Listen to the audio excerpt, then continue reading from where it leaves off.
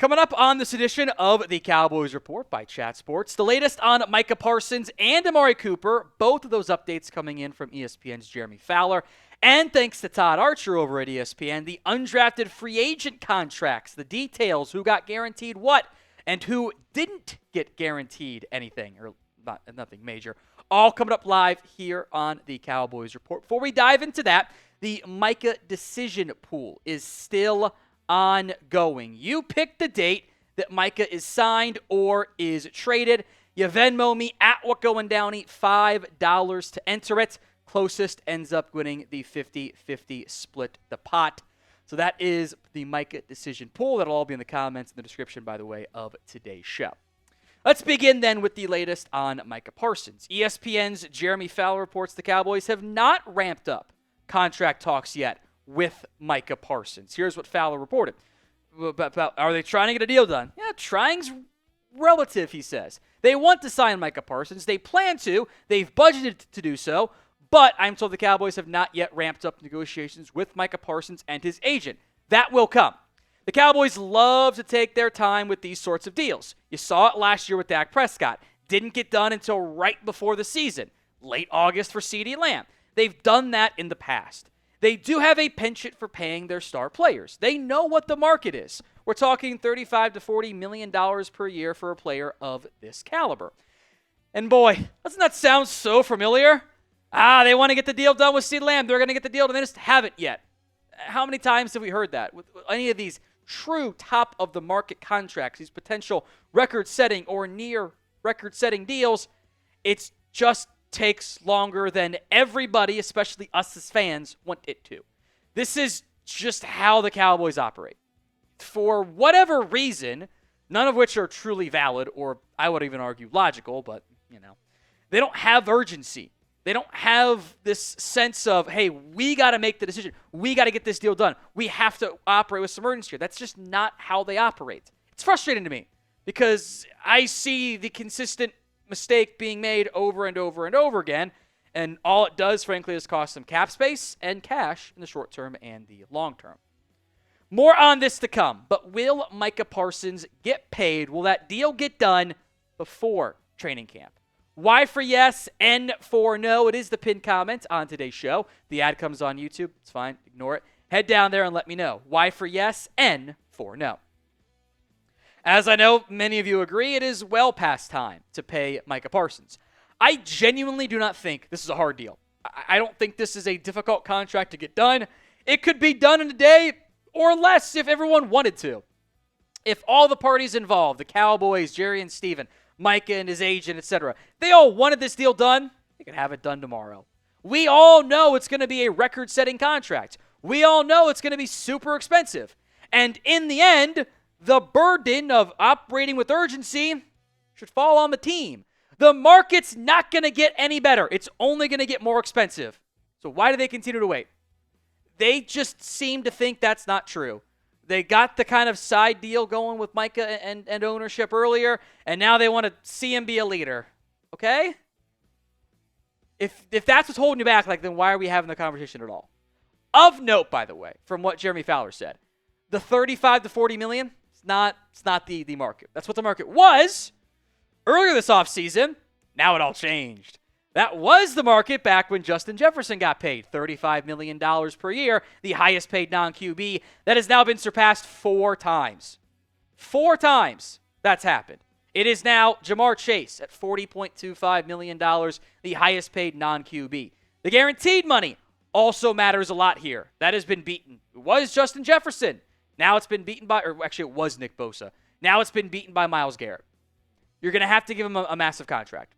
That we know the deal is going to look something like this. Maybe the Cowboys get that 5th year that they covet, and I think has been a sticking point in years past for other players like a Dak Prescott, like a CeeDee Lamb.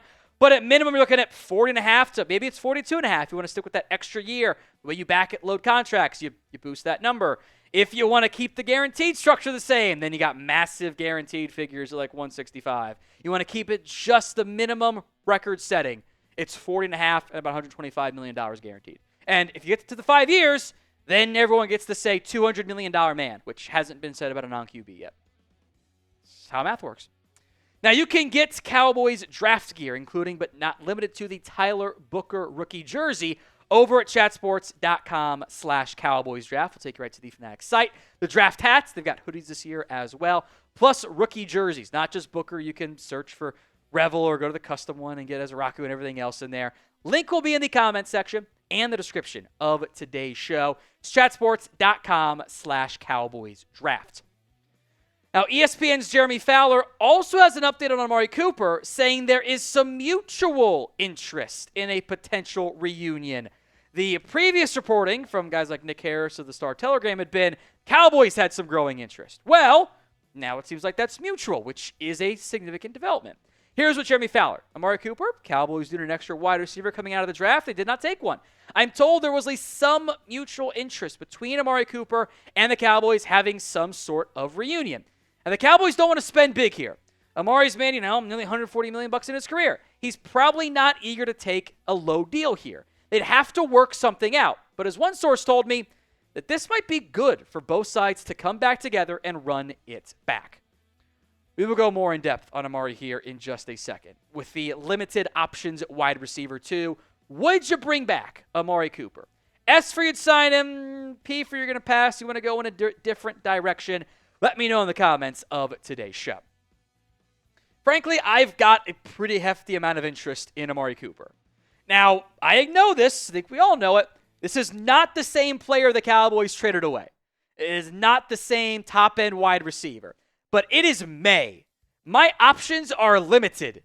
I don't have a lot of great free agents. All my trade options have cost issues, impact issues, interest from the other team trading them issues. I think 1 year of Amari Cooper is probably worth it.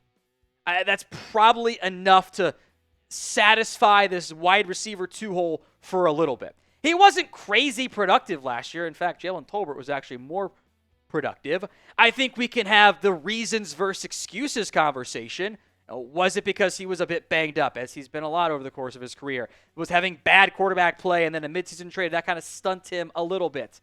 But the most productive years of Amari Cooper's career came in Dallas with Dak Prescott. There were some good moments in Cleveland. Even, and really, honestly, going back to 2023, I thought he played super well that year. This is not someone who has shown consistent signs of getting worse every single season. There was a steeper drop-off this year. As he's going to be here for 2 years, I need him for a year. Assume he plays 14 games, right? I can't justify just going, yeah, let's run it back with Lamb and Tolbert and Turpin and Mingo and Brooks and Flanoy and say, okay, this wasn't good enough last year. We did nothing and expected different results, right? You have to try something here. And of the options, I'm on board with Keenan Allen too, etc.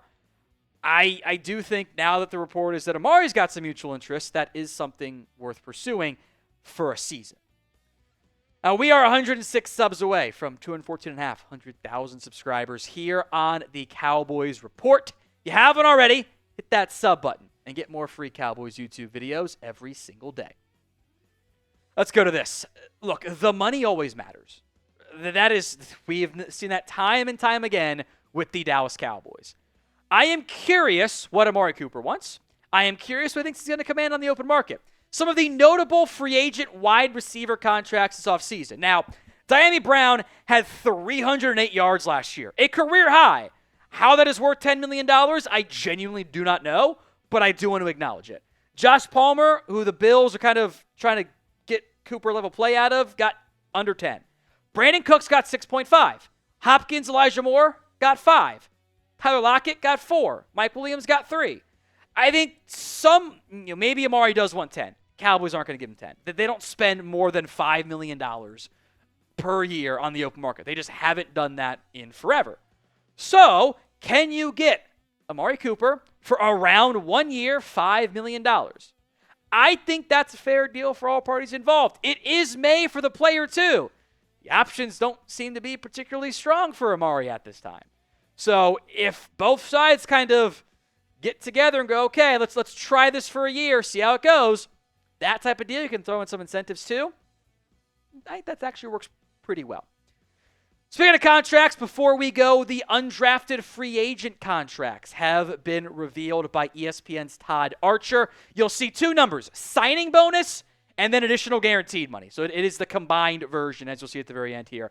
Two notable deals. Elijah Clark and Justin Barron got $25K, $20K in signing bonus money, plus $234K in guaranteed money.